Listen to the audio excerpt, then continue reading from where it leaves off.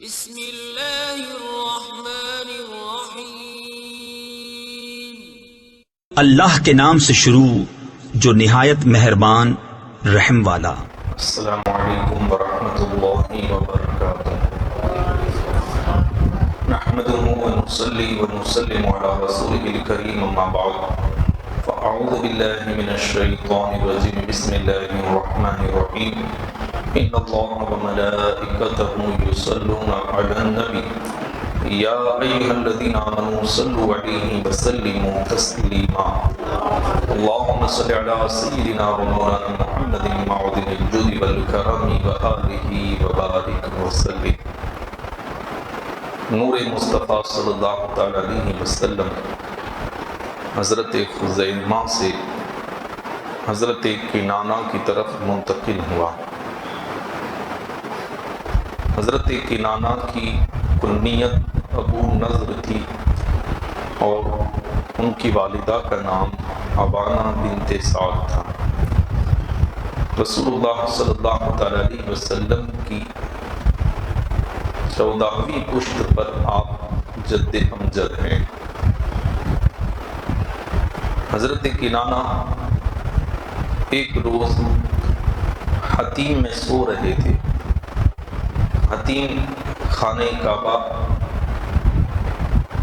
کا جس طرف برنالہ ہے اس طرف جو ایک حصہ ہے جو خانہ کعبہ کے اندر تھا، لیکن بعد میں اسے باہر کیا گیا۔ وہ حصہ خانہ کعبہ کے اندر کا ہی حصہ ہے، اسی لیے طواف میں حکم یہ ہے کہ اس کا بھی طواف کیا جائے تاکہ مکمل خانہ کعبہ کا طواف ہو۔ اور حتیم میں 2 رکعت نماز پڑھنا یہ خانہ کعبہ کے اندر نماز پڑھنے کے برابر ہے۔ تو اس حتیم میں حضرت کنانہ سو رہے تھے۔ آپ نے خواب دیکھا کہ کسی کہنے والے نے یہ کہا، اے ابا نضر، یہ ان کی کنیت تھی، ان 4 چیزوں میں سے ایک کو چن لو۔ وہ 4 چیزیں کیا تھیں؟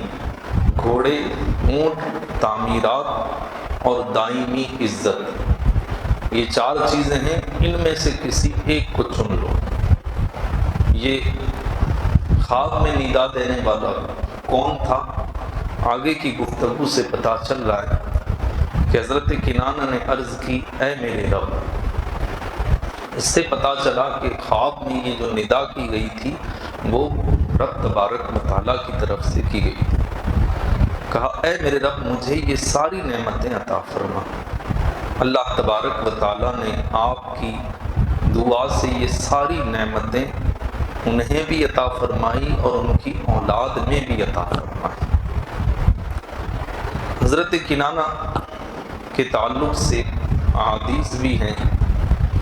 حضرت واثلہ ابن اسقع سے روایت ہے کہ رسول اللہ صلی اللہ تعالی علیہ وسلم نے فرمایا کہ بے شک اللہ تعالیٰ نے اولاد اسماعیل سے کنانہ کو اور کنانہ سے قریش کو منتخب فرما لیا، چن لیا۔ اور حضور صلی اللہ تعالی علیہ وسلم کی بارگاہ میں یمن سے اشعث ابن قیس کندی حاضر ہوئے اور انہوں نے عرض کی کہ یا رسول اللہ، ہم گمان کرتے ہیں کہ آپ ہم میں سے ہیں، یعنی ہم آپ کو یمنی گمان کرتے ہیں کہ آپ یمن کے رہنے والے ہیں۔ اللہ کے رسول صلی اللہ تعالی علیہ وسلم نے ارشاد فرمایا کہ ہم بنو نضر بن کنانہ کی اولاد ہیں، یعنی حضور نے اپنے آباء و اجداد میں حضرت کنانہ کے صاحبزادے حضرت نضر کا ذکر فرمایا کہ ہم ان کی اولاد ہیں۔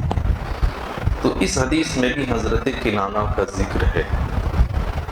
حضرت کنانہ بہت زیادہ علم رکھنے والے تھے، اسی وجہ سے آپ کی قدر و منزلت عرب قبائل میں بہت زیادہ تھی۔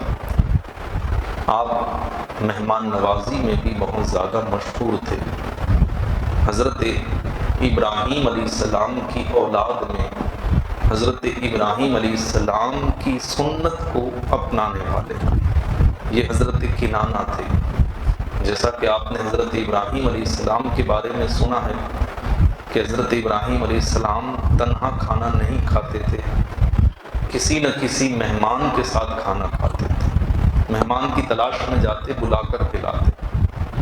حضرت کنانہ کے تعلق سے بھی یہ روایت ہے کہ اپنے جد امجد حضرت ابراہیم علیہ السلام کی سنت پر چلتے ہوئے آپ کبھی اکیلے کھانا نہیں کھاتے تھے، ہر غذا کے وقت، ہر کھانے کے وقت کوئی نہ کوئی مہمان ضرور آپ کے ساتھ ہوتا۔ حضرت کنانہ کی اولاد میں 6 بیٹے تھے، نضر، مالک، عبد مناف، عمر، عامر، عمر اور احابیش، یہ 6 بیٹے آپ کی اولاد میں تھے۔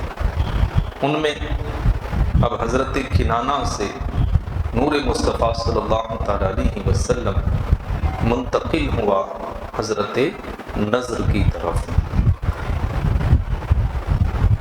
جمہور مورخین کہتے ہیں تاریخ لکھنے والے، اور جمہور کہتے ہیں زیادہ تر، تو زیادہ تر جو تاریخ لکھنے والے ہیں ان کے لکھنے کے مطابق حضرت نضر ہی کا لقب قریش تھا۔ اللہ کے رسول صلی اللہ تعالیٰ علیہ وسلم کے خاندان کو جو قریشی کہا جاتا ہے، تو یہ قریش کا لقب کس کا تھا؟ تو یہ 2 قول ہیں، ایک بعد میں جو حضرت فہر کا ذکر آئے گا تو ان کے تعلق سے بھی کہا گیا ہے کہ قریش ان کا لقب تھا، اور زیادہ تر تاریخ دانوں نے حضرت نضر کے بارے میں لکھا ہے کہ یہ ان کا لقب تھا قریش، اور پھر ان کی اولاد میں جتنے لوگ ہوئے ان کو قریشی کہا گیا۔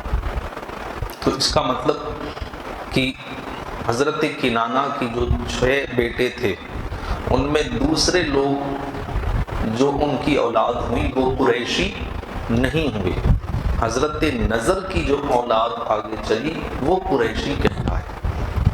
اب آپ کو قریش کیوں کہا گیا، یہ لقب کیوں دیا گیا؟ اس میں بہت ساری وجہیں بیان کی گئی ہیں۔ ان میں سے ایک یہ ہے کہ قریش چوپایوں میں سب سے بڑا جانور جو ہوتا اسے قریش کہا جاتا، کیونکہ اس زمانے میں عرب میں مال و دولت جانوروں سے ہی جو ہے شمار کی جاتی، جس کے پاس جتنے زیادہ جانور ہوتے تھے وہی سب سے زیادہ مالدار سمجھا جاتا۔ تو جانوروں میں جو سب سے بڑا جانور ہوتا اسے قریش کہا جاتا۔ تو حضرت نضر کو قریش جو کہا گیا وہ اسی مناسبت سے کہا گیا کہ اپنی قوم کے بزرگ ترین اصحاب میں سے ایک حضرت نضر تھے، جو سب سے زیادہ بڑے تھے، ان کی قدر و منزلت، ان کی عزت سب سے زیادہ بڑی تھی، اس لیے آپ کو قریش کہا گیا۔ بعض اصحاب رائے کا کہنا یہ ہے کہ قریش کے معنی جمع ہونے کے، اور قریش کے یہاں حج کے موقع پر تمام حاجی دعوت طعام میں شریک ہوتے تھے، اس لیے یہ قریش کہلائے جانے لگے۔ بعض لوگوں کا خیال یہ ہے کہ قریش قرشن سے مشتق ہے، جس کے معنی کسب کرنے کے، یعنی تجارت کرنا، محنت و مشقت کر کے جو ہے اپنی روزی کا انتظام کرنا۔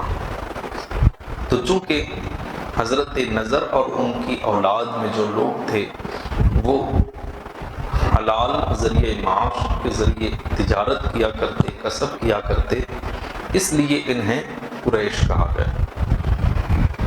بعض محققین کا کہنا یہ ہے کہ یہ قریش کا لفظ جو ہے تقریش سے بنا ہے، اور اس کے معنی تفتیش کے آتے ہیں۔ تقریش کا معنی ہوتا ہے تفتیش۔ تفتیش آپ کے لیے بھی نیا ہوگا، معنی کا معنی بتانا پڑے کہ یہ ہے جستجو کرنا، تلاش کرنا.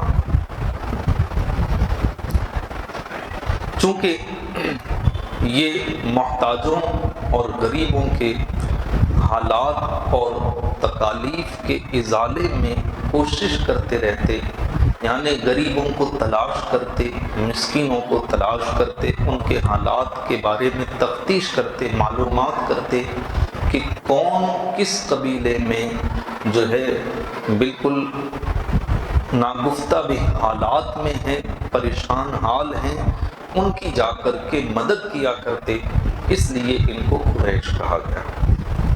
ایک اور بھی وجہ جو ہے وہ قریش کی ہے، وہ یہ ہے کہ معاویہ ابن عباس سے اس کے متعلق پوچھا تو انہوں نے بتایا کہ قریش کا نام سمندر کے ایک بڑے اور سب سے طاقتور جانور کے نام پر ہے. سمندر کے اندر سب سے بڑا جانور جو ہے وہ ہے وہیل مچھلی. وہیل یہ سب سے بڑا جانور ہے اور اسی کو عربی میں قریش کہا جاتا ہے. قریش کو اس کی قوت کی وجہ سے یہ نام دیا گیا کیونکہ وہ دوسروں کو کھا جاتی ہے، اسے کوئی نہیں کھا سکتا. وہیل مچھلی کا معاملہ ایسا ہے کہ وہ دوسری مچھلیوں کو، چھوٹی چھوٹی مچھلیوں کو نگل جاتی ہے، کھا جاتی ہے، لیکن اسے کھانے والی کوئی مچھلی سمندر میں نہیں ہے. تو اس لیے جو ہے قریش کو قریش کہا گیا کہ وہ اتنے طاقتور ہیں کہ وہ دوسروں کو اپنے ماتحت کر سکتے ہیں. ان کو اپنے ماتحت کرنے والا کوئی روئے زمین پر نہیں. ہمیشہ یہ غالب رہتے ہیں، کبھی مغلوب نہیں ہوتے. اس لیے یہ قریش کے نام سے مشہور ہوئے. قریش وہ مچھلی ہے جو سمندر میں رہتی ہے، اسی کے نام پر قریش کا نام قریش رکھا گیا. سمندر کی تاریکیوں میں رہنے والے سارے لشکروں پر وہ غالب ہوتی ہے. وہ ہر چھوٹی بڑی چیز کو کھا جاتی ہے اور کسی دن بھی دو پروں والوں کے لیے کوئی چیز باقی نہیں چھوڑتی.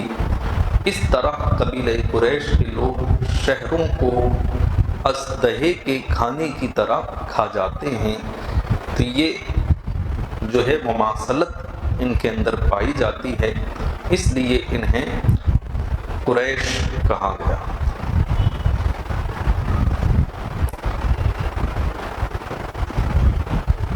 قریش کے قبیلے کے کسی فرد نے خانہ کعبہ میں مقام حجر پر خواب میں دیکھا کہ ایک سبز درخت ان کی کمر پر اگا جس کے پتے انتہائی نورانی تھے. اس درخت کی شاخیں اتنی بلند ہوئیں کہ آسمان تک پہنچ گئیں اور درخشندہ و تاباں چہروں والے ان کی کمر سے اس درخت کی شاخوں سے لپٹے ہوئے آسمان تک پہنچ گئے. اس درخت کی شاخیں اولین و آخرین کی تعداد کے مطابق ہو گئی، یعنی جتنے لوگ پہلے تھے اور جتنے لوگ بعد میں، اولین و آخرین کی تعداد. جب یہ خواب سے بیدار ہوئے تو معبر کے پاس اس خواب کی تعبیر کے سلسلے میں پوچھا تو انہوں نے کہا کہ اگر یہ خواب درست ہے تو تمہیں اور تمہارے خاندان کو وہ عزت و شرف نصیب ہوگا جو تمہارے خاندان کے علاوہ کسی دوسرے کو میسر نہیں ہوا ہوگا. تو یہ خواب قریش کے خاندان میں کسی نے دیکھا، نام نہیں لکھا گیا.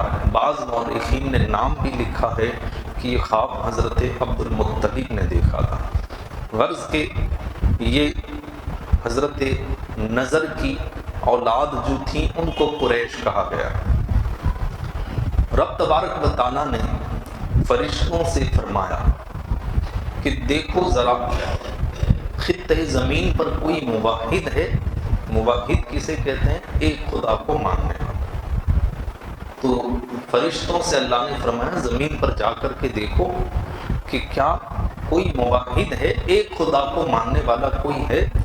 فرشتوں نے عرض کیا کہ حاملین نور یعنی نور مصطفیٰ صلی اللہ تعالیٰ علیہ وسلم جو حضرت اسماعیل علیہ السلام کی اولاد میں ہیں، ان کے علاوہ پوری روئے زمین پر کوئی بھی موحد نہیں ہے، بس وہی ایک موحد ہیں، ان کے علاوہ کوئی موحد نہیں ہے۔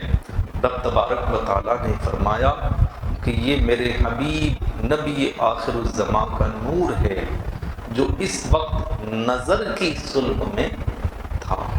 جب یہ واقعہ پیش آیا، اللہ تعالیٰ نے فرشتوں کو زمین پر بھیجا، اس وقت نور مصطفیٰ صلی اللہ تعالیٰ علیہ وسلم کہاں تھا؟ حضرت نظر کی پشت میں تھا، ان کی کمر میں تھا، اس وقت یہ واقعہ پیش آیا۔ تو اس سے بھی حضرت نظر کی عزت اور ان کا مقام و مرتبہ معلوم ہوتا ہے۔ اللہ تبارک و تعالی ہم سب کو نور مصطفیٰ صلی اللہ تعالیٰ علیہ وسلم کا صدقہ عطا فرمائے۔ وآخر دعوانا الحمدللہ رب العالمین۔ السلام علیکم۔